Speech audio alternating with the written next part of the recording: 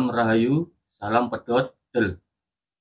Dalam kesempatan malam hari ini kita melanjutkan untuk tema Sumpah Pemuda. Untuk derek-derek sedanten monggo membaca Sumpah Pemuda dulu. Sumpah Pemuda. Sumpah Pemuda. 1. Kami putra dan putri Indonesia. Kami putra dan putri Indonesia. Mengaku bertumpah darah yang satu. Mengaku bertumpah darah yang satu. Tanah air Indonesia. Tanah air Indonesia. 2. Kami putra dan putri Indonesia mengaku. Kami putra dan putri Indonesia mengaku. Berbangsa yang satu, bangsa Indonesia. Berbangsa yang satu, bangsa Indonesia. 3. Kami putra dan putri Indonesia. Kami putra dan putri Indonesia. Menjunjung bahasa persatuan. Menjunjung bahasa persatuan. Bahasa Indonesia. Bahasa Indonesia.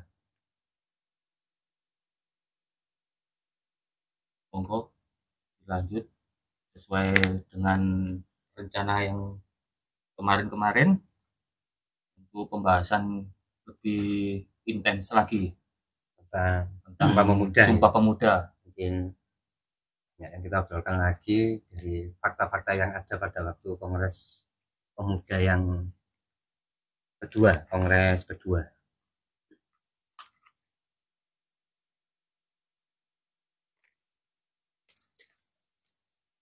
Pembukaan yang kita awali, yang kita baca bersama-sama, disitulah dimana sebuah kekuatan yang para pahlawan atau pendahulu kita pada waktu 1928 itu juga mengikrarkan. Maka dari itu kita mengambil dari makna atau esensinya, kita bahas di sini, nanti kita tanamkan, karena kembali kita harus cinta pada tanah air kita harus bangga kepada bangsa kita, karena kecintaan dan kebanggaan kepada negara adalah sebuah jati diri kita. Enggak nih. Untuk fakta, kalau yang saya tahu dari beberapa buku atau pelajaran dulunya, ternyata dalam Kongres kedua itu hanya ada beberapa wanita aja yang mengikuti, ini tidak banyak. Kalau tidak salah sekitar 6 orang. Wakilan dari kaum perempuan. Di kaum perempuan itu hanya 6 orang. Satunya itu. Yang kedua, karena dulu sudah diperkenalkan masalah topi atau penutup kepala oleh Bung Karno, sehingga para pemuda waktu menghadiri kongres ini menginginkan sebuah peci yang saat ini kita pakai, tetapi mereka tidak mempunyai dan memang tidak dijual, sehingga mereka para pemuda pada waktu itu beramai-ramai memotong topi Eropa yang semirip mungkin seperti peci atau songkok yang kita pakai. Oh, karena dulunya itu cuman yang ada itu yang menyebar itu topi model Eropa. Kan kebanyakan kan pada waktu itu kan masih penjajahan Belanda, jadi kan kebanyakan masih topi itu topi orang Belanda. Akhirnya beramai-ramai sepakat untuk memotong topi Eropa, sehingga supaya menyerupai apa yang dikenakan oleh Bung Karno pada waktu itu. Kebetulan karena kongres itu dipakai beramai-ramai, akhirnya dijadikanlah kesepakatan bahwa peci atau songkok ini sebuah identitas sebagai jati diri pakaian bangsa Indonesia. Filosofi songkok itu ambil dari mana? Kalau yang saya tahu awalnya itu dari pet dan C kalau nggak salah. Ya, kalau pet itu topi, yang artinya topi. C atau nanti berubah jadi C itu sebenarnya kecil. Topi kecil. Itu menunjukkan kesederhanaan atau kerendahan hati kita sebenarnya. Walaupun kita memang itu terlihat kecil, mungkin dari bangsa yang lain, tetapi kita punya semangat yang begitu besar untuk satu, untuk merdeka. Jadi akhirnya disepakati peci atau songkok ini adalah topi nasional. Jadi bukan dari salah satu golongan atau agama, bukan, tapi peci atau songkok ini yang seperti kita pakai saat ini adalah sebuah topi nasional, identitas, ciri khas sebagai bangsa Indonesia atau rakyat Indonesia. Di fakta-fakta itu ternyata adanya waktu kongres kedua ini. Kalau waktu zaman penjajahan Belanda, topi Eropanya itu juga warnanya memang hitam atau warna apa dulu? Dulu itu Sampai berwarna-warna sebenarnya. Berarti memang sepakat untuk dikasih warna hitam gitu. Iya, dalam warna hitam sendiri mempunyai filosofi tentang kelanggengan. Oh, kelanggengan. Kelanggengan. Terus yang kedua, filosofinya adalah teguh dalam berpendirian, tidak mudah goyah, kuat sebagai batu karang. Warna hitam. Oke.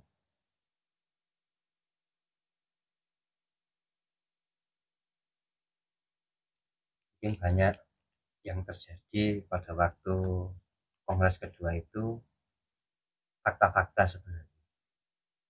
Yang saya tahu lagi, sebenarnya yang namanya lagu Indonesia Raya, sebelum Indonesia Raya, itu sudah diperdengarkan atau disajikan oleh Bapak W.R. Supratman pada waktu itu, tetapi tanpa lirik, tanpa syair, karena beliau ya instrumen, karena beliau hanya memakai biola. Jadi sudah ibaratnya ada tanda-tanda kalau kita itu akan menciptakan sebuah lagu kebangsaan. Ngomong untuk soal lagu kebangsaan ini, katanya ada lebih dari 2. Oke.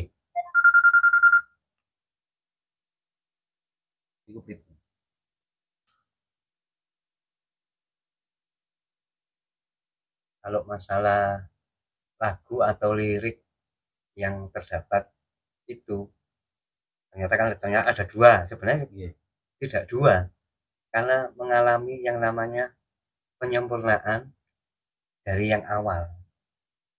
Nah, ternyata kalau kita sedikit dari sejarah, kebanyakan lirik ini atau syair ini yang menciptakan juga Bapak Muhammad Yamin, yang akhirnya diberikanlah kepada W.R. Supratman. Disempurnakan lagi, tapi awalnya yang menciptakan lirik syairnya ini dominan ini adalah Bapak Muhammad Yamin ternyata. Pencipta pertama gitu. Oke, tetapi ciptaannya diberikanlah kepada W.R. Supratman untuk disempurnakan. Karena mungkin Bapak Muhammad Yamin ini merasa kurang piawai untuk memainkan alat musik, hanya menciptakan sebuah syair atau liriknya aja. Kalau tidak salah 1920 itu Bapak Muhammad Yamin ini sudah memberikan syair-syairnya yang tertulis di buku, kalau nggak salah itu memang liriknya banyak, ternyata di liriknya atau lagu kebangsaan kita sekarang ini, lagu Indonesia Raya. Jadi bukan 2 lagu kebangsaan ini. Betul. Dari orang yang berbeda disempurnakan kembali apa ini W.R. Supratman. Sama terjadinya seperti awalnya ejaan lama akhirnya menjadi ejaan yang disempurnakan.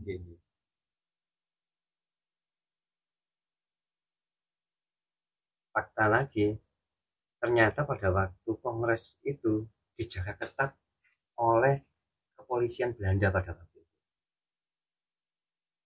Tapi hebatnya mereka tetap bisa membicarakan masalah pergerakan atau memulai tentang gerakan kemerdekaan. Hebatnya di situ. dijaga sangat ketat dan tidak ada Fakta itu. pengetahuan dari orang-orang Belanda itu.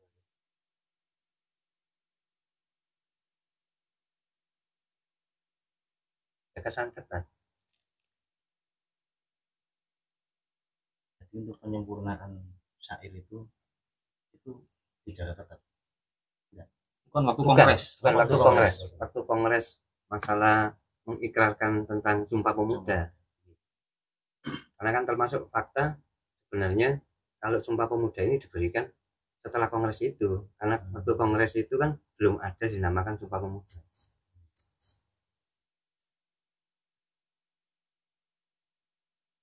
Terus dari pemerintahan Belanda itu dilarang kalau ada kongres itu mengatakan adanya merdeka, tidak boleh berbicara atau mengatakan tentang kata-kata atau kalimat merdeka.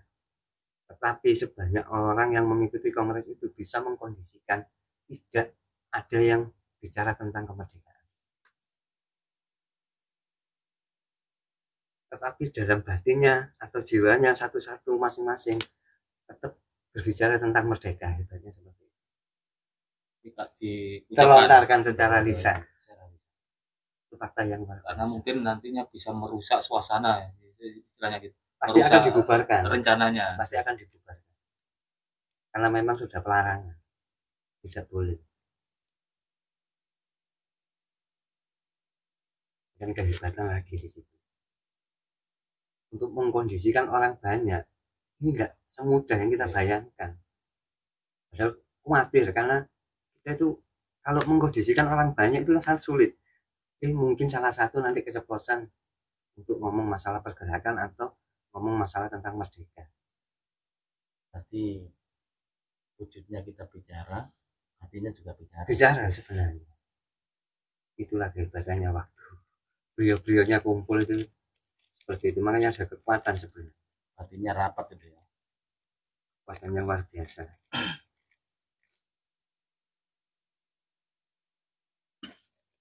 Kalau kita kupas mulai dari satu fakta, ternyata diadakan di gereja. Kenapa di gereja? Karena tempat yang paling luas dan banyak bangkunya pada waktu itu dipilih.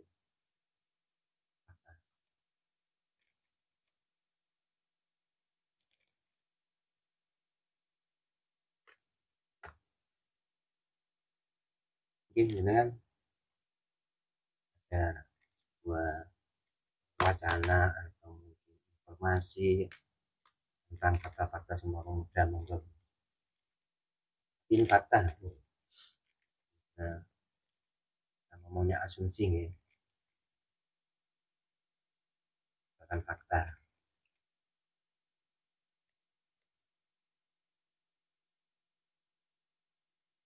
Bro, kok bukan nonton?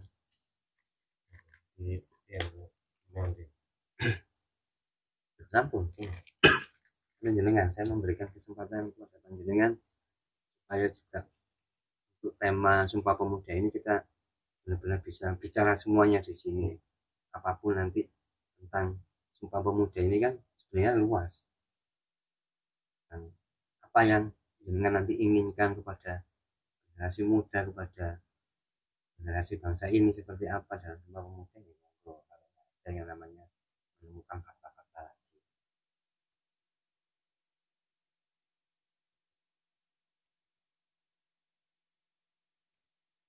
Jadi kalau apa untuk soal songkok ini kesakralannya seperti apa nih?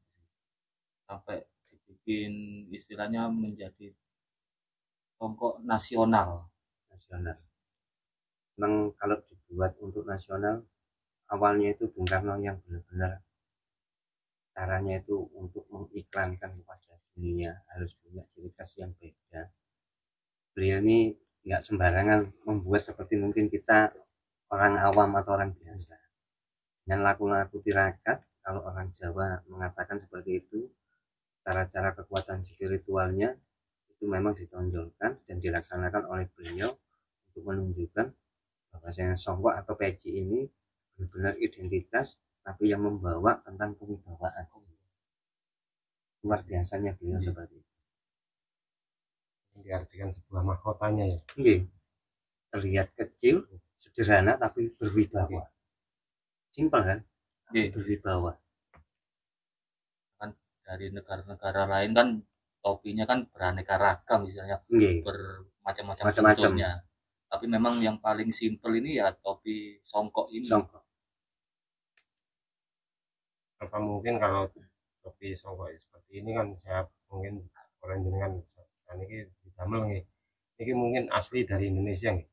Nggih, kembali seperti yang kita katakan tadi, bahwasanya mempunyai sebuah identitas atau ciri khas berdasarkan dari salah satu yang kita pakai atau busana adalah topi itu tadi, cap itu tadi.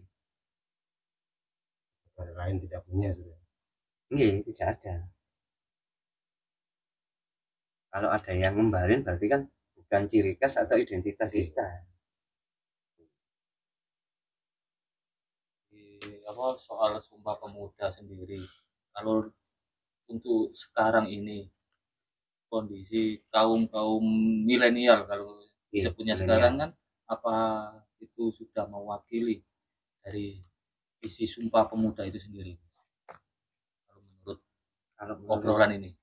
Sudut pandang saya atau persepsi saya, ini menurut persepsi lagi, itu masih kurang sebenarnya untuk mengisi atau memaknai Sumpah Pemuda ini. Benar-benar sangat-sangat minim. Ya, kalau kita merasa bahwa adanya kecanggihan teknologi itu kalau kita pakai, itu sebenarnya malah bisa menumbuhkan yang namanya cita-cita atau kekuatan tentang Sumpah Pemuda itu masih bisa.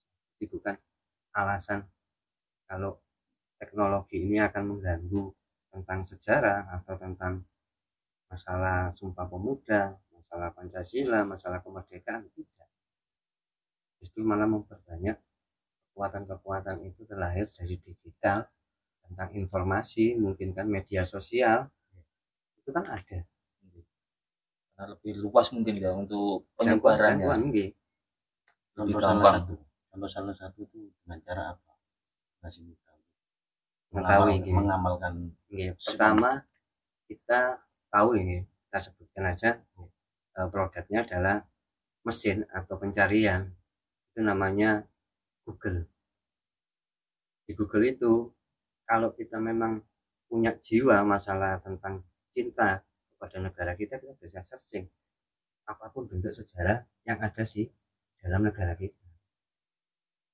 Akhirnya kan banyak informasi atau dari artikel-artikel yang ada di situ, atau dari petikan buku-buku yang sudah dimuat yang ada di Google itu, nanti kita bisa baca semua. Akhirnya kita memperbanyak informasi, memperbanyak pengetahuan. Jadi mirisnya kan sekarang kan dari buku-buku sejarah itu kan seakan-akan sudah terlewatkan lah. Kan mungkin ya untuk memajukan lagi pemudanya seperti apa kan mungkin kan harus kita tampilkan lagi apa dari obrolannya, keseringan kita harus memperlihatkan ke pemudanya yang generasi akan datang mungkin seperti apa. Kalau seperti itu tergantung untuk pejabatnya, terutama di Kementerian Pendidikan, karena yang harus dirubah kan kurikulum soal sejarah kan hak prerogatif dari Dinas Pendidikan ya. Dinas Pendidikan, walaupun dari orang awam seperti kita ini nggak mungkin bisa. Ya kita juga cuma bisa ngomong saja ya. Tapi tidak punya kekuasaan di situ. Yang mau kasih contoh satu untuk mengamalkan buat generasi milenial untuk mengamalkan Sumpah Pemuda ini. Sederhana. Yang paling mudah memanfaatkan sosial media. Kita selalu post yang namanya mungkin lagu kebangsaan atau bendera kita, bendera merah putih. Apapun nanti kita mungkin dari Facebook atau dari TikTok dan sebagainya, kalau kita mau main TikTokan, mau apa, tetap kita cantumkan di situ ada namanya bendera kita. Kita selipkan yang namanya mungkin stiker bendera Garudanya. ya. Biar nggak terlalu asing. Ini salah satu yang paling mengamalkan muda untuk supaya kita itu tidak terlupa dan punya rasa cinta dan bangga. Selipkan apapun di media sosial kita. Tentu kalau kita buat status juga di WhatsApp, tetap kita kasih yang namanya stiker lagi, bendera merah putih. Untuk pemirsa yang mungkin suka dengan tayangan ini, jangan lupa like, share, subscribe, dan komen.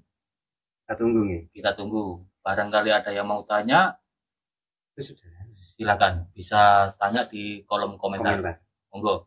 Jadi kita usahakan pasti kita balas. Nah, itu pertanyaan atau apa nanti tetap kita perhatikan lah komentar-komentar itu.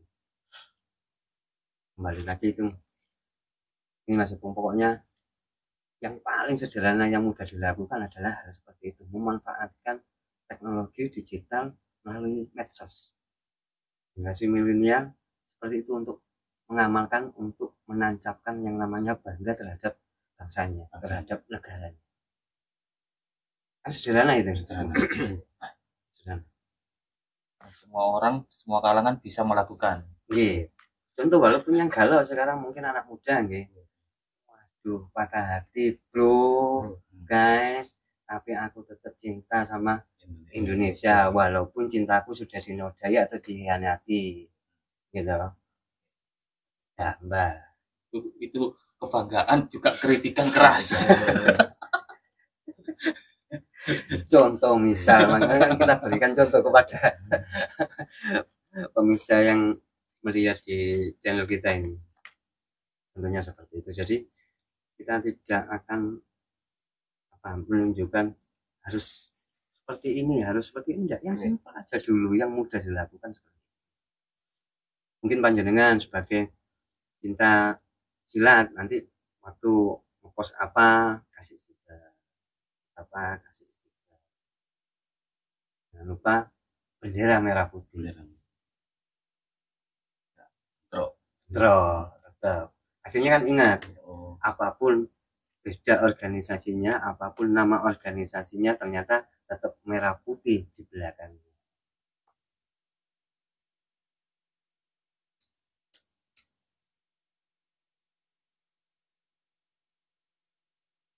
Dan kalau untuk pemakaian songkok sendiri nih, apa harus ada istilahnya kayak aksesoris merah putih ataupun Garuda itu apa memang harus? Apa itu cuma tambahan aja?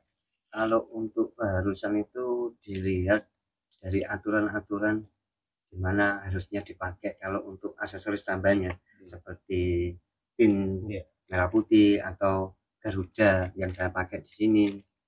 Kemungkinan itu hanya diwajibkan hanya untuk organisasi atau instansi pada waktu acara apa. Tapi seharusnya tidak diwajibkan kalau hanya secara aksesoris tadi itu. Tapi mungkin beberapa organisasi atau instansi itu akan mewajibkan.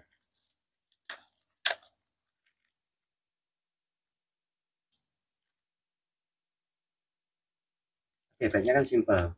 Ternyata topi atau peci atau songkok ini bisa dipakai untuk acara apapun. Kalau kita orang Jawa, masalah adat istiadat kita menjalankan, kita juga masih kelihatan apa nih, di santai, di terlihat masih kelihatan sakral di bawah sakral waktu kita mengerjakan adat istiadat dengan memakai peci. Pakai dalam ibadah juga sakralnya masih ada. Acara resmi kenegaraan juga pasti ada. Ya adat pun bisa, acara keagamaan juga bisa, acara pemerintahan yang resmi pun memang juga bisa, karena memang disebut nasional lah. Tapi memang terlihat keren, sederhana tapi terlihat keren di sini. Jadi bukan cuma berwibawa, ternyata nambah kegantengan loh ini.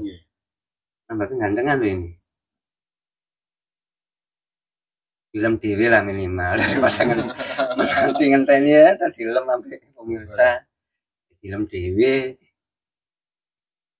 Ibaratnya itu kalau kopi ya, kopi apa peci gitu. Nggih, bisa disebut kopiah, songkok, peci itu sama saja sebenarnya.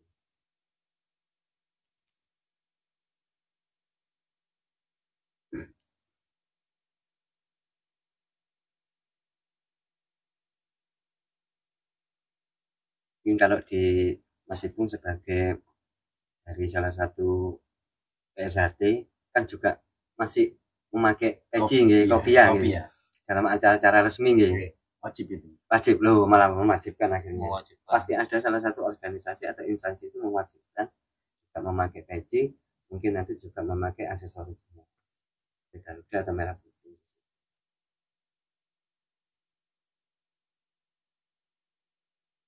Walaupun memang kita tidak tahu persis karena kita tidak mengikuti zamannya beliau-beliaunya, tapi kelihatan walaupun kita cuma beli ternyata membawa aura gitu.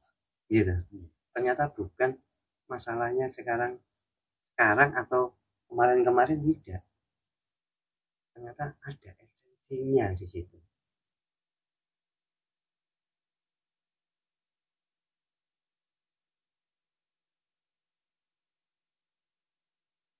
Tampil wibawa, tampil keren, gagah, pesona, pemberani, santun.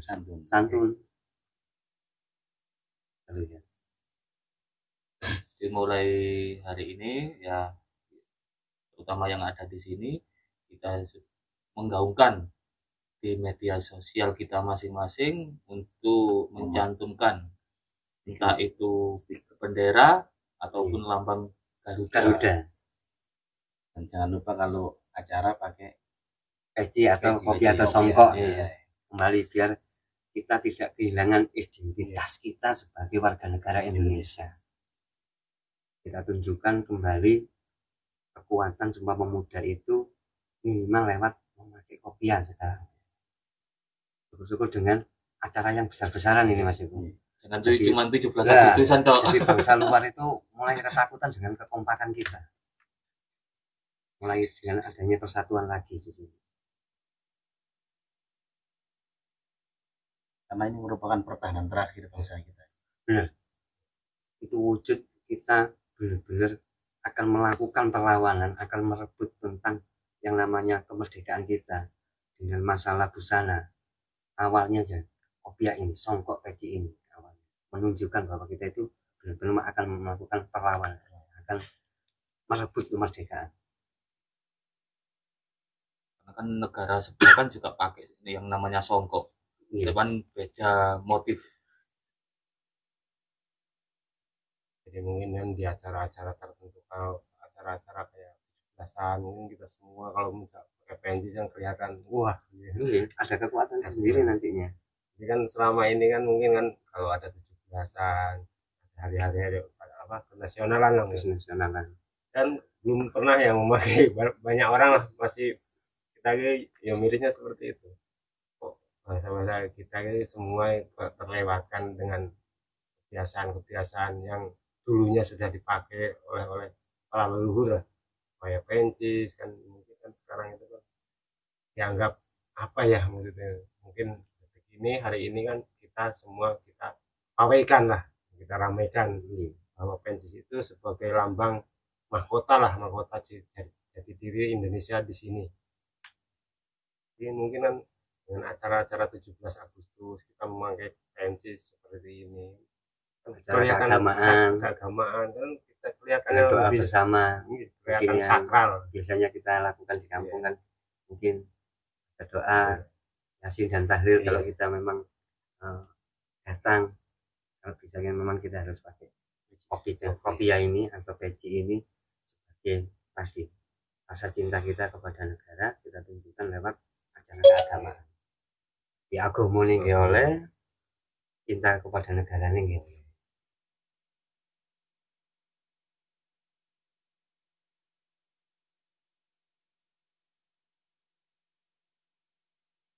Mungkin kita bahas lagi tentang esensi lagi nih, esensinya. Jadi kalau menurut jenengan sendiri seperti apa ini? Kan kita sudah bahas mulai dari tayangan yang kemarin ini. Jadi dari peci ini Betul, dari Sumpah Pemuda dulu aja. Sumpah Pemuda ini, kalau menurut panjenengan ini seperti apa ini? kalau saya itu esensi dari Sumpah Pemuda adalah mengikat pertahanan atau pergerakan dari pemuda-pemuda untuk merebut kemerdekaan, untuk mengenalkan jati diri. Kalau jenengan kan? Ini wow, kita ini semua harus bisa kembali mengenalkan tentang Sumpah Pemuda kepada pemuda-pemuda yang ada generasi yang akan datang berikutnya, kayak masih anak-anak kecil kita kenalkan lagi, mungkin dari anak-anak saya juga mungkin harus kita kenalkan lagi biar ada kesatuan, kesinkronan lagi, daripada kita mengumbar yang tiktokan seperti itu kan kita jadinya nantinya miris. Mungkin kalau dari kitanya sendiri mengenalkan kepada pemuda-pemuda yang lain, yang mungkin anak-anak kecil lah, kita mungkin generasi yang akan datang, bahwa kita tahu nantinya, wah inilah Sumpah Pemuda seperti ini, kita jaga nantinya supaya kita kuat, tidak tergoyahkan dari siapapun lah yang ingin merebut ingin menjajah lagi. Jadi kita langsung kita serentak untuk menguatkan di Sumpah Pemuda ini nantinya, biar anak-anak muda nanti tidak terlalu tergoyahkan Atau lupa kepada sejarah-sejarahnya, tentang pahlawan-pahlawannya. Dengan Kalau dari Sumpah Pemuda sendiri cukup satu kata, kita harus mengenang jasa para pahlawannya dan selalu merdeka. Mas Bro, gimana Mas Bro ini? Sumpah Pemuda ini, esensi atau makna atau kesejatiannya Sumpah Pemuda ini bentuk itu apa, arahnya kemana? Ya kan karena Sumpah Pemuda itu adalah sebuah kristalisasi pemikiran, niat, semangat dari para pencetusnya.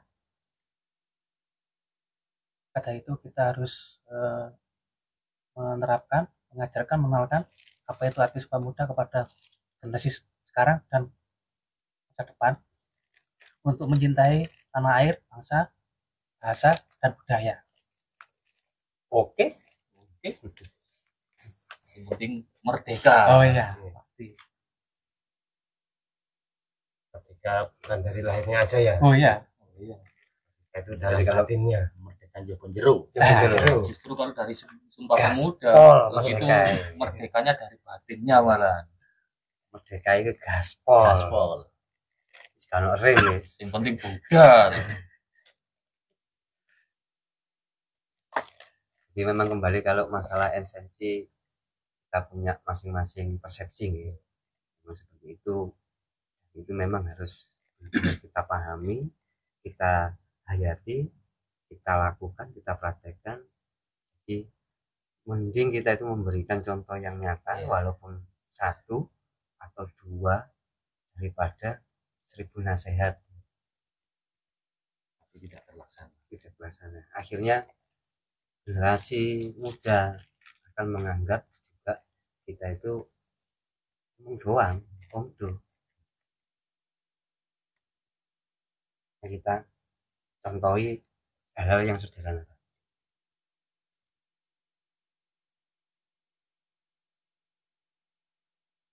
Yang banyak esensi-esensi yang terdapat pada Sumpah Pemuda ini.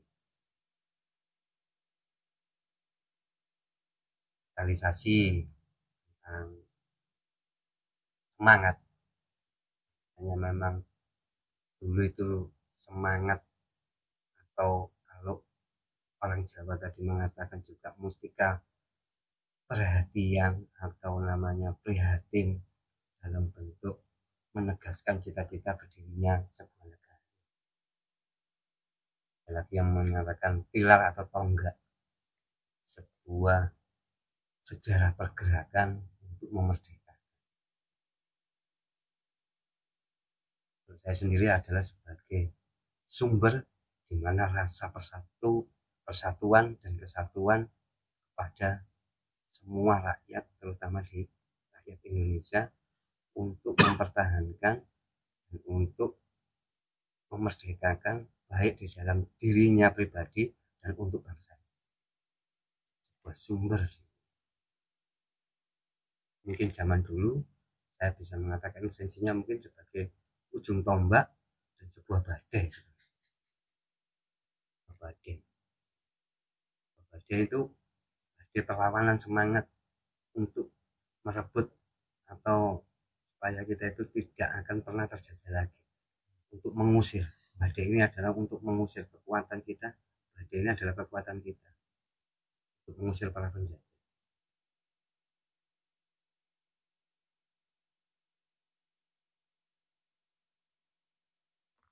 Mungkin ada pesan dan kesan untuk para pemimpin kita sekarang ini. Pesan dan kesan Pemimpin yang mana itu? Yang sekarang. Tadi Ya. masalah yang duduk di pemerintahan Iya. sekarang, bisa kita sebut pejabat atau rezim saat ini. Kalau pesan saya, kembali lagi, jadilah kamu ini benar-benar seorang pelayan bagi rakyatmu. Pelayan kamu, sekali lagi saya tegaskan di sini, kamu adalah pelayan. Bukan penguasa gitu. Bukan. Kembali lagi, kamu adalah pelayan. Karena yang menjadikan kamu sekarang ini adalah kita, rakyat. Karena untuk saat ini memang kita sebagai rakyat itu masih gonggung. Masih gonggung. Lakukan sepuasmu. Tapi suatu saat kami adalah rakyat yang punya kedaulatan tinggi, akan bisa melawan kamu dan menurunkan kamu. Pesan saya seperti itu. Amin. Merdeka. Merdeka.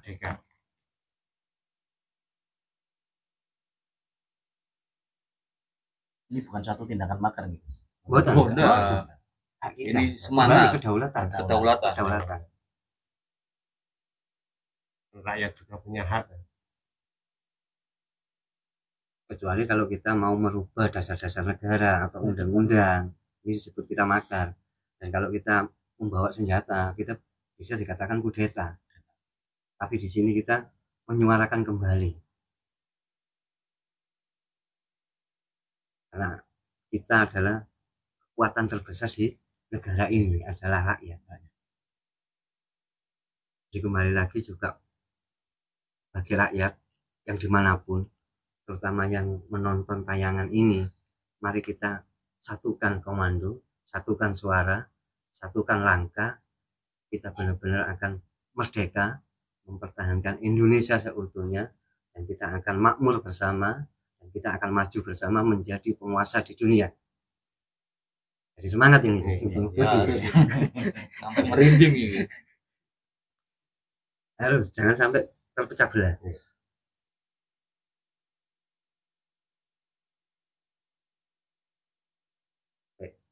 Ada statement yang mengatasnamakan bahwasanya kekuatan rakyat itu kekuatan yang luar biasa, tidak bisa dikalahkan dengan apapun. Suara rakyat adalah suara Tuhan.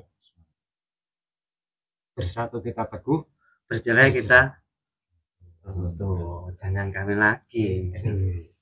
Kawin lagi ini beda konteks nih. Oke.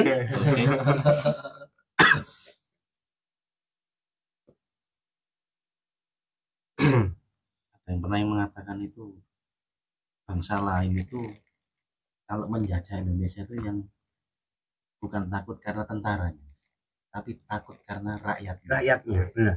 Itu memang benar. Makanya sekarang kan banyak Di sejarah memang Pecah mengatakan belah seperti itu. Saya nggak takut dengan tentara Indonesia, tapi saya takut dengan Rakyatnya. Memang pernah banyak dituliskan seperti Inggris yang ketika datang di Surabaya dengan oratornya seorang pahlawan yang dinamakan Bung Tomo ini, hanya satu orang aja bisa membuat semangat atau menggerakkan banyak satu kota ini tergerak untuk melawan penjajah. tanpa harus memikirkan logika dan nalar mereka, melawan sampai titik darah penghabisan. Banyak kan bukan dari tentara, malah dari rakyat, dari rakyatnya langsung.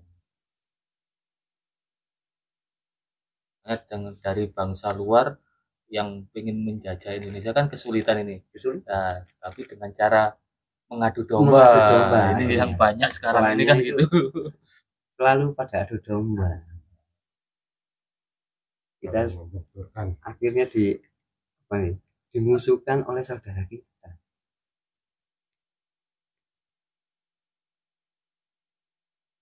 Mungkin bangsa luar itu kan sengaja mengadu domba kita biar terpecah belah. Iya, tujuannya seperti itu.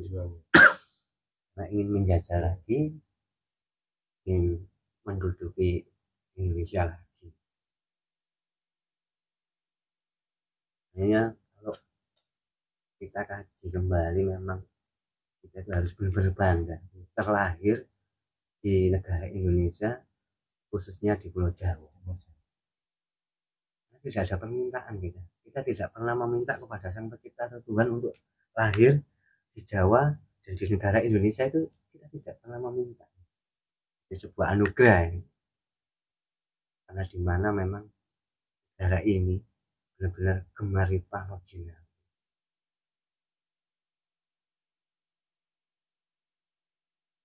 Saya mengatakan dulunya ini Atlantis. Ada yang memang sejarawan itu mengatakan seperti itu. Sampai orang Yunani, Plato kalau tidak salah, mengatakan juga memang Atlantis itu letaknya di sini. Ya, kekayaan alam, terus orang-orangnya atau penduduknya itu luar biasa. Diibaratkan itu dewa.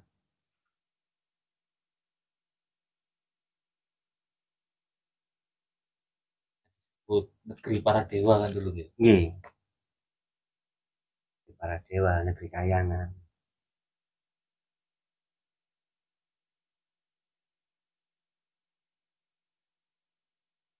Ini pokoknya kita harus selalu bangga dan bangga, dan menunjukkan jati diri kita dengan rasa cinta dan rasa bangga kepada tanah air kita.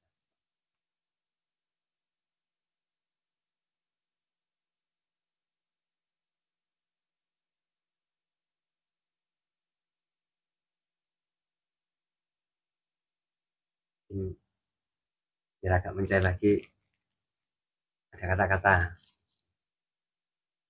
untuk rasa cinta atau rasa bangga terhadap negara Indonesia ini ya. Ayo. rasa cinta saya pada Indonesia. Mungkin kata-kata yang mewakili, yaitu sering digaungkan NKRI harga mati. Itu aja. Ini kan kita ke kata-kata untuk perwakilan sebuah rasa cinta atau kebanggaan kita terhadap negara Indonesia ini.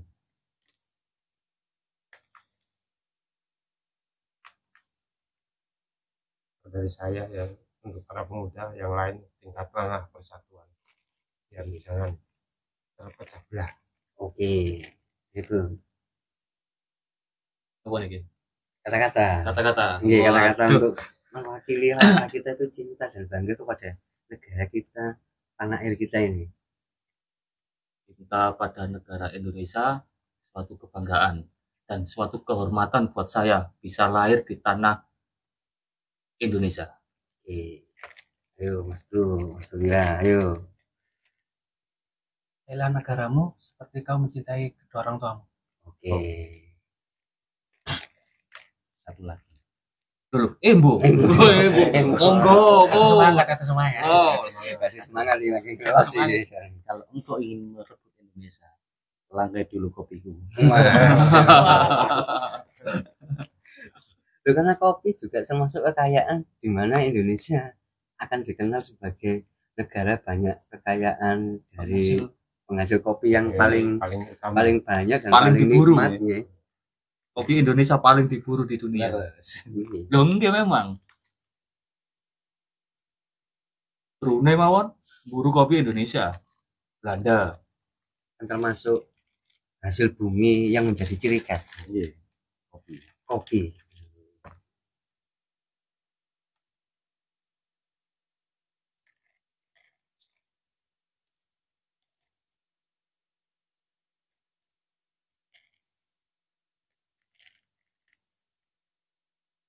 Apakah sekarang itu anak-anak SD itu kalau setiap hari Senin itu masih ada itu upacara?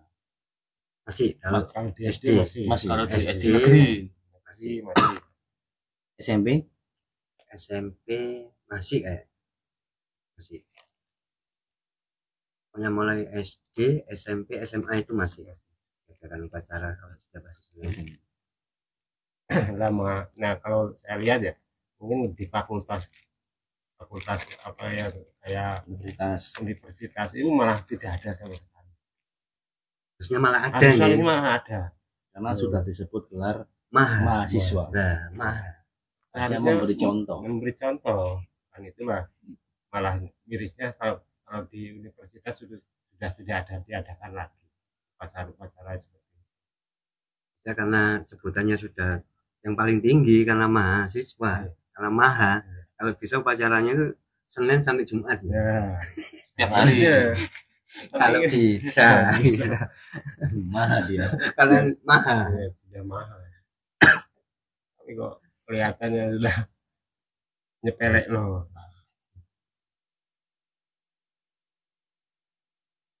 Mungkin ini ada barang usulan, barangkali nanti pihak pemerintah atau seperti apa mau menanggapinya. Kalau saya sih mau usul gini, di jam-jam tertentu di mana di setiap jalan selalu ada nyanyian lagu Indonesia Raya, Lagu kebangsaan lagu lah. kebangsaan. Dan di situ kalau bisa orang itu semua kendaraan itu berhenti untuk menghormati. Itu yang baik. Itu yang bagus. Biar menumbuhkan rasa jiwa nasionalisme. Rasa cinta, rasa bangga terhadap negara ini. Paling enggak di Surabaya dulu lah.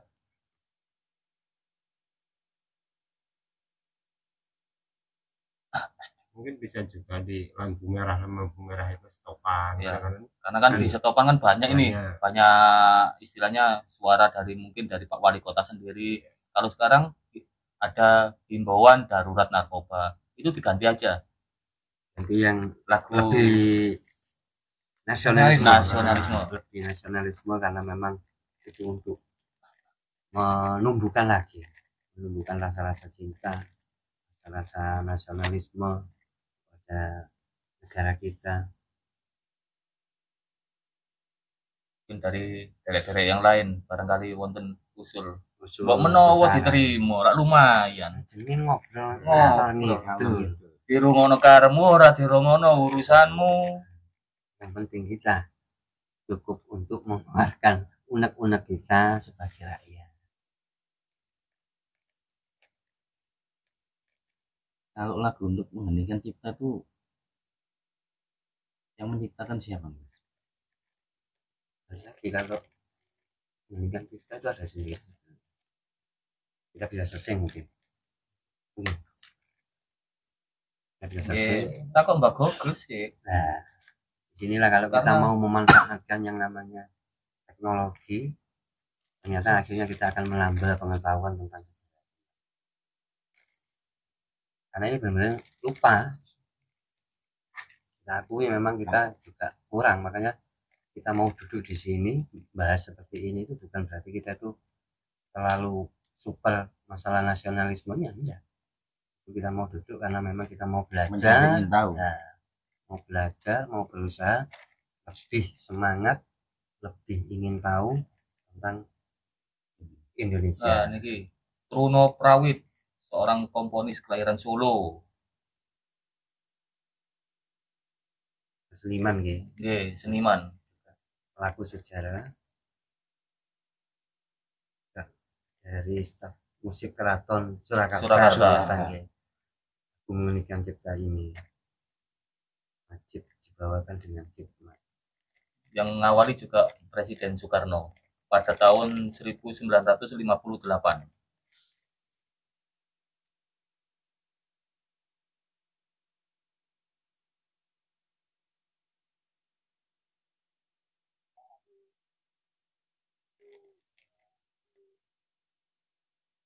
Nah, kalau dari lirik atau syairnya memang luar biasa, luar biasa. Itu biasa ditempatkan di setelah apa? Nah, ini lagunya ini. Dengan seluruh angkasa raya memuja pahlawan negara, nan gugur remaja di ribaan bendera bela nusa bangsa. Kau ku kenang wahai bunga putra bangsa, harga jasa, kau cahaya pelita bagi Indonesia merdeka. Itu lagu mengheningkan Lirik. cipta. Lirik. Liriknya. Kan mungkin banyak yang nggak tahu juga kalau nggak buka Google. Google. Kembali lagi kita kalau mau bijak memanfaatkan, akhirnya kan kita juga akan menambah wawasan atau menambah pengetahuan tentang sejarah. Jadi tidak akan ada alasan gitu. Tinggal mau apa tidak mau.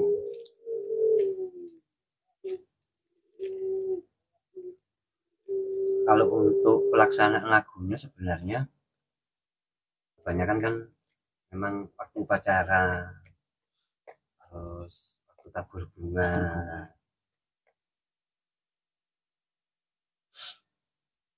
Intinya untuk mengenang para pahlawan. Tentang jasa para pahlawan.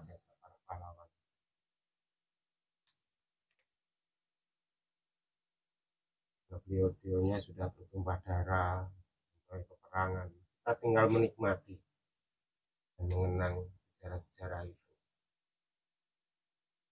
Jadi kalau dari liriknya, kalau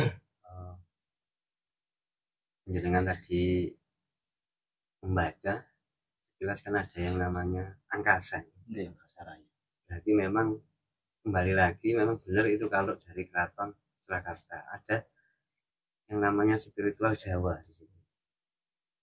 Nah, kalau dari spiritual Jawa kan angkasa itu sebagai bopo. Ibu bumi bopo angkoso. Hanya kalau kita hayati memang benar-benar sampai merinding. Nah, jiwa kita itu tergugah, jiwa kita itu mengena. Semua lagu kebangsaan termasuk lagu mengheningkan cipta itu memang untuk membuatnya itu dengan tirakat yang prihatin, ya, perhatian baik dari dirinya maupun lingkungannya. kan asal bikin aja berarti. Buatan. Asal bikin tak sampai merinding. Nah, ada kekuatan ya. Kekuatan di pribadinya orangnya, ataupun nanti juga dari alam atau leluhur, itu pasti nanti ada. Kalau orang si pelakunya tadi memang benar-benar mengagumi yang namanya tirakat atau prihatin, prihatos,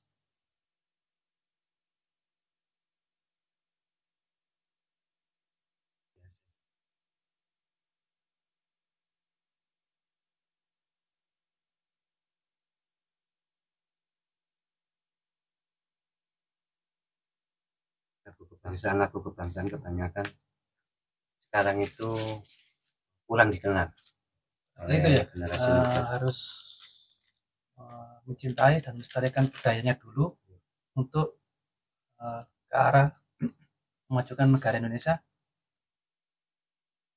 sejak hari dini. Harus. Karena saya lihat kebanyakan generasi sekarang kurang untuk melestarikan dan mencintai budayanya sendiri. Ya kembali itu. Mungkin banyak yang tidak mau tahu, tidak mau cari tahu, atau lingkungannya yang tidak memberitahu, tidak mau menggaungkan, mau support pada hal-hal seperti ini. Kalau saran saya seandainya, kembali lagi namanya saran ya, itu harusnya dari warga, orang tua, kalau bisa orang tua dulu. Harus mengenalkan dulu. Nggih.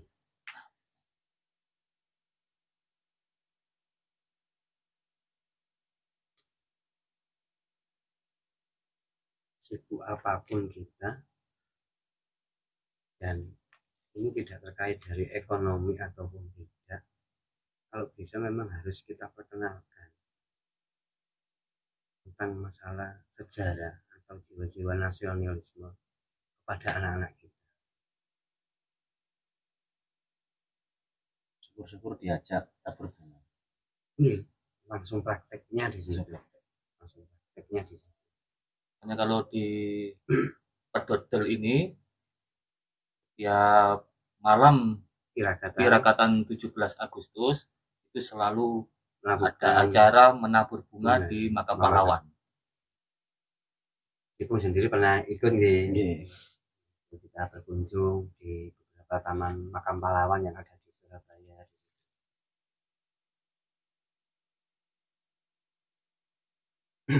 Dan terasa kesakralannya. Pasti.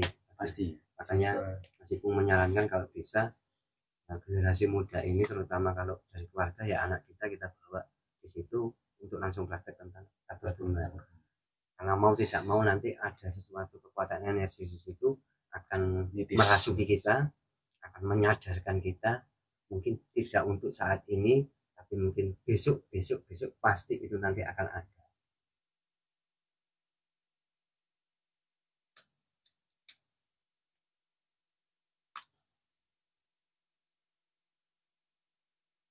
Karena yang kita datangin ini bukan orang yang meninggal karena keegoisannya, bukan karena hidupnya sendiri, tapi yang mau mengorbankan jiwa, raganya, hartanya, keluarganya, orang-orang yang dicintainya hanya untuk kemerdekaan semuanya.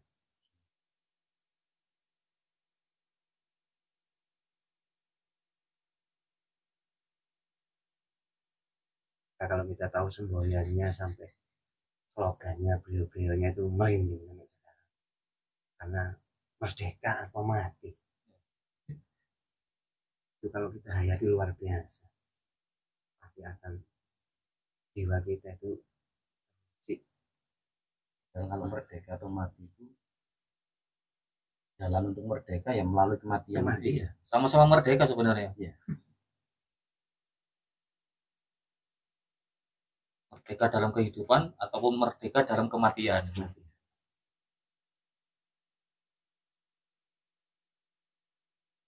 Jalan sulit. Oke, kembali karena tentang jiwa egonya kita ini ditantang di situ. Jiwa egois kita itu pasti ditantang ketika kita mendengarkan yang namanya merdeka atau mati.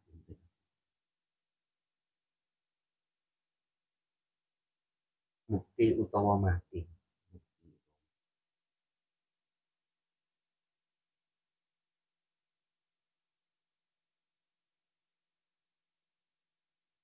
Kalau orang yang mengaku religius dan spiritual sebenarnya tidak akan pernah bingung dengan kata-kata itu. Karena sebenarnya kalau masalah kata-kata itu adalah satu paket dalam religiusnya dia dan spiritualnya dia. Gandengan. Karena merdeka akan mengiringi dengan kematian, kematian pun akan tercapai dengan kemerdekaan. Dari ajaran spiritual Jawa ada yang mengatakan kematian pun juga dianggap sebagai kesempurnaan.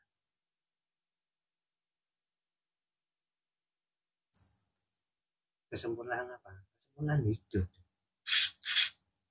Jadi sekarang itu banyak gumunan, dan akhir-akhir ini kalimat-kalimat yang ada di negara kita di Palestina itu mengatakan gini, anak kecil di sana itu sudah menjan mati, padahal lur kita tuh ada kata-kata itu mukti utawa mati kan sama sebenarnya. Dan itu digembar-gemborkan dari dulu. Malah kagetnya malah sekarang oleh negara lain, bukan negaranya sendiri. Padahal lur kita sudah mengajarkan kalimat itu, kalimat merdeka yang mengandung unsur kesatria, Mas. Okay.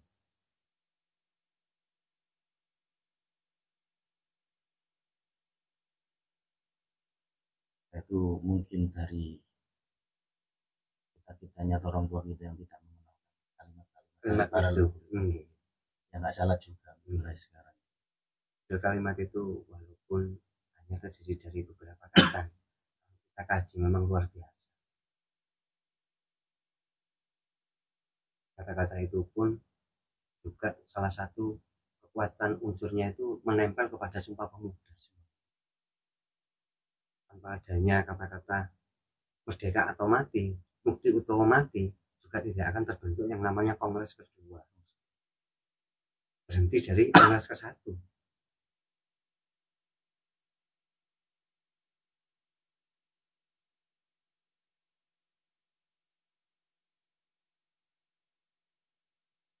Kalau untuk fakta lagi yang saya baca itu dari beberapa buku itu ada, padahal pada waktu itu kebanyakan yang mendominasi tentang percakapan pembicaraan pada kongres itu bahasa Belanda, nomor 2 bahasa Melayu.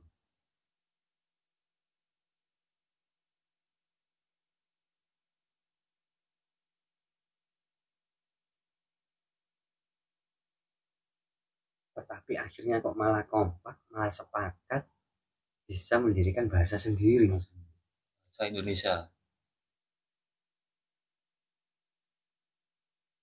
Aneh tapi nyata. Dengan tempo yang sangat singkat gitu. Sangat singkat, aneh tapi nyata ini. Harusnya tidak pernah terpikir karena memang sumbernya saja pembicaraan waktu itu pun dominan menggunakan bahasa Belanda dan bahasa Melayu yang kedua. Kenapa kok malah mencuat, malah punya ide, malah punya kekuatan ingin mendirikan bahasa sendiri. Dan bahasa sendiri ini malah untuk mempersatukan. Di pahlawan kita, leluhur kita sangat-sangat luar biasa. Terus gandos kotos-kotos lah.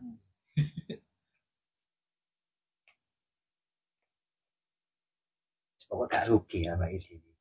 Di leluhur, di pahlawan sing kayak nulis gak rugi belas. Karena bukan cuma satu, ternyata pahlawan kita itu banyak.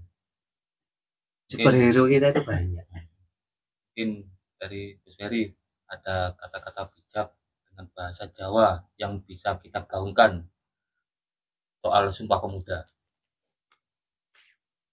Kalau saya cuma satu kembali itu mukti utawa mati. Mardika ing kuwates jati. Ini malah keluar kami. Dari kata-kata untuk mempererat kembali, untuk mengisi tentang Sumpah Pemuda, untuk bahasa Jawa, agar kita sebagai orang Jawa mengenali Jawa nih. Satu adalah mukti utawa mati. Mardika ing kuwates. Jati dirining awake dhewe ana nang nggone bangsane awake dhewe bangsa Indonesia. Tetepi sing jenenge abang lan putih.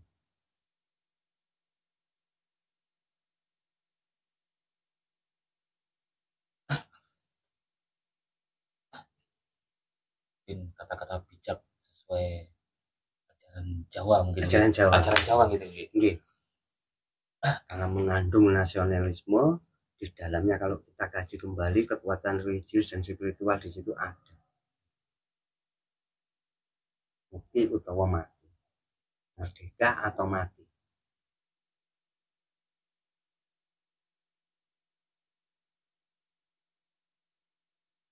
Kalimat yang digaungkan kalau nggak salah itu Sultan Agung. Sultan Agung Hanggareksono ketika membangkitkan pada prajuritnya, pada rakyatnya pada waktu itu untuk melawan Belanda. Mati.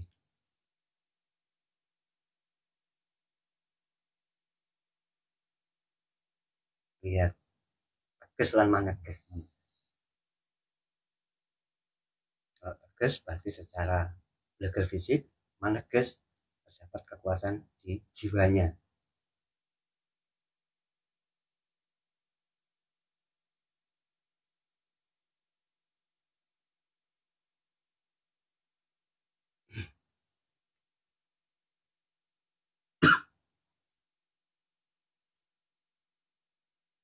Ini ada kata-kata lagi nih. Nggih. Iku.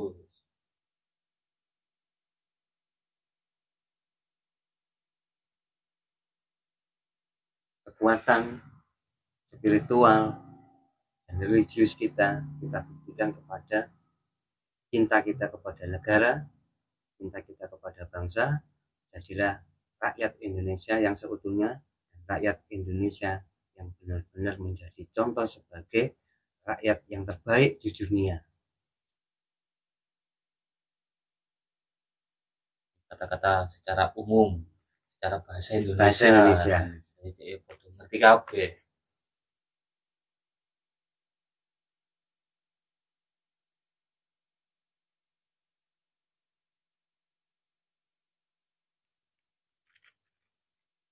Pengiringan itu ada yang perlu sampaikan lagi. Curahan hati.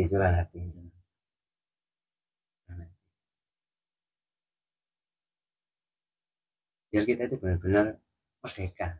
Kalau kita berani curhat berarti kita benar-benar merdeka di sini, menunjukkan kemerdekaan kita. Pastor.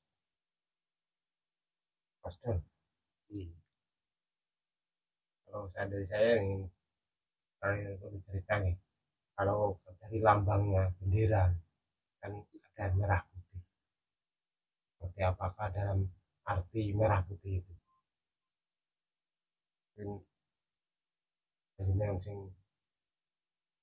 Kalau untuk masalah lambang atau simbol, ini kan lambang atau simbol warna.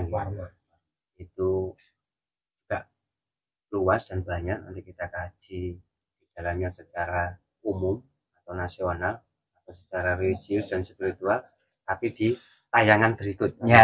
Tema yang lain. Kan sekarang pun gupung ngonten lho. Tasik kata pemirsa ini nggih tasik kepengin mengikuti kok nggih. Nonton ini tayangan berikutnya. Di tayangan berikutnya. Karena masih banyak waktu. Jadi kalau ngobrol ngalor ngidul itu enaknya kita nggak kehabisan tema, nggak kehabisan judul. Nanti kita bahas apapun, kita itu temanya kan ngobrol ngalor ngidul itu ya minimal kan hidup dan kehidupan. Nanti kita bahas.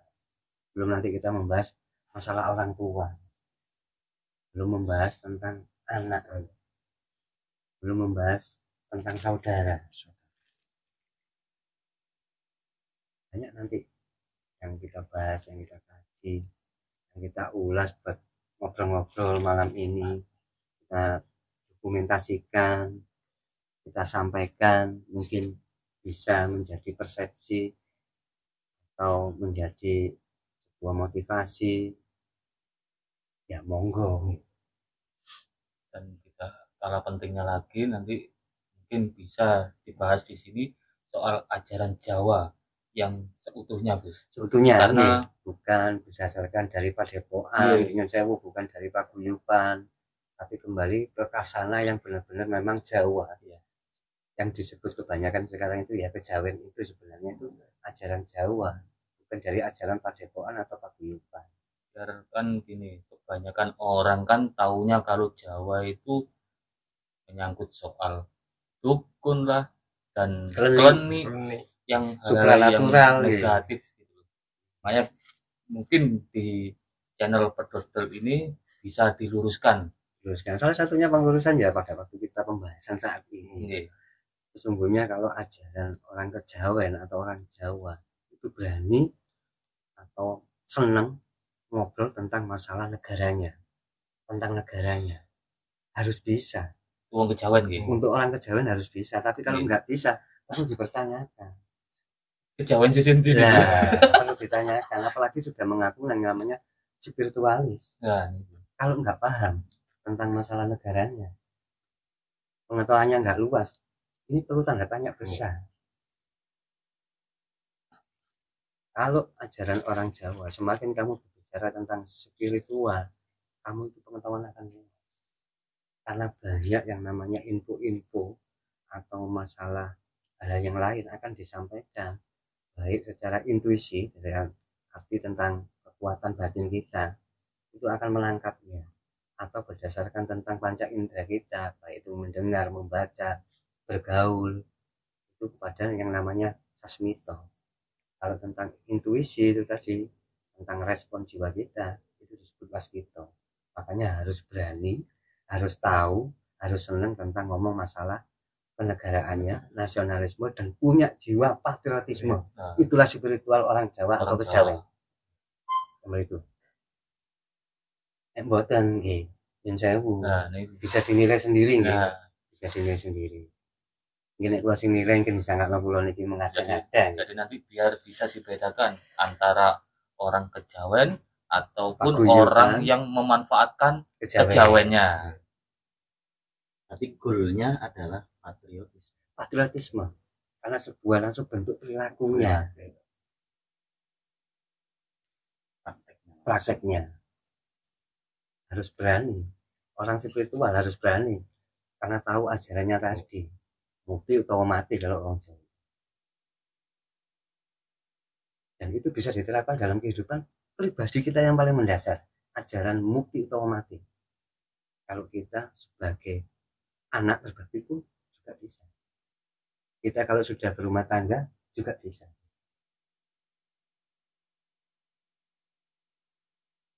Jadi peribahasa mukti ataupun mati itu bisa diterapkan di lingkup keluarga kecil juga. Bisa.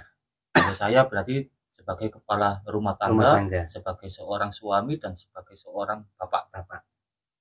Karena 3 peranan nggih, panjenengan sudah melaksanakan 3 peranan. 1 peranan anak sebagai anak. Itu harus bisa memahami atau praktek tentang ajaran mukti utama mati. Agar apa? Powerful tentang berbakti. Yang kedua, peranan sebagai suami.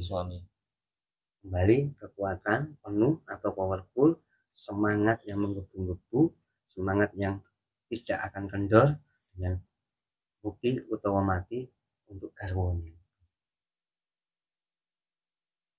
Kembali yang ketiga berarti peranan tentang menjadi orang tua atau orang bapak. Tetap bukti utama mati tetap juga. Untuk para pejabat juga mati itu. Double wajib. Double wajib. Belum nggak gelem nih niku orang. Kita pilih kita gaji. Masalah. Biar tidak korupsi. Tadi perut lapar, dia takut mati, akhirnya korupsi. Ya Kak Bani.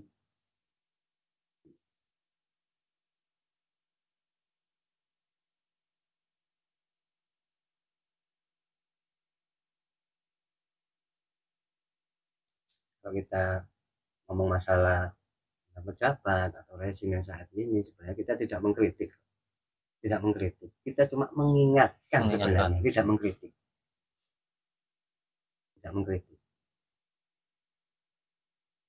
karena kita tidak pandai mengkritik, tapi kita duduk di sini saling mengingatkan diri kita masing-masing juga kepada beliau-beliaunya.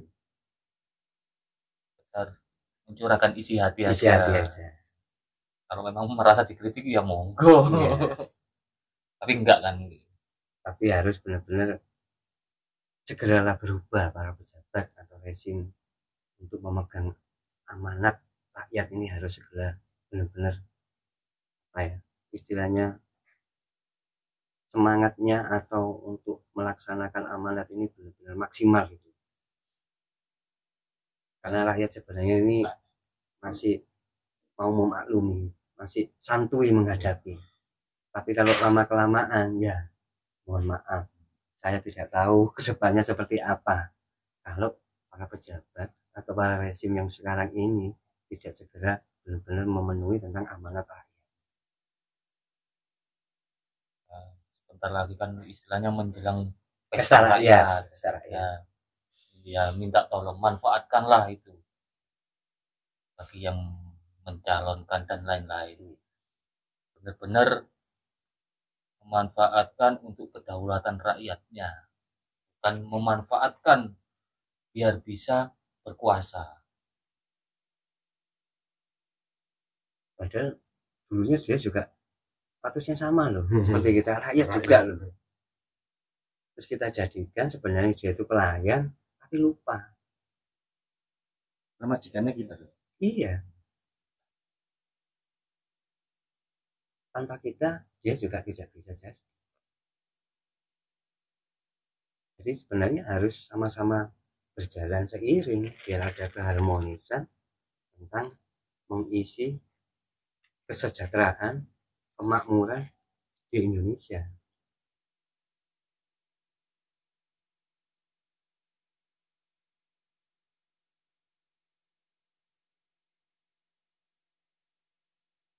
Mungkin kita akhiri kalau memang sebenarnya banyak pembahasan-pembahasan tentang Sumpah Pemuda. Nanti kita poin-poinnya aja.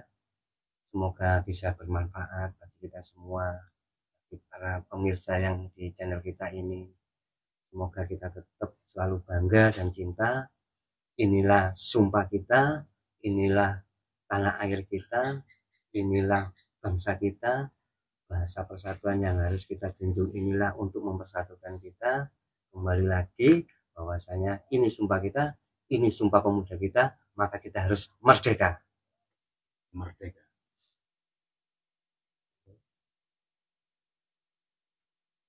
Salam Rahayu, salam pedot, merdeka. Merdeka.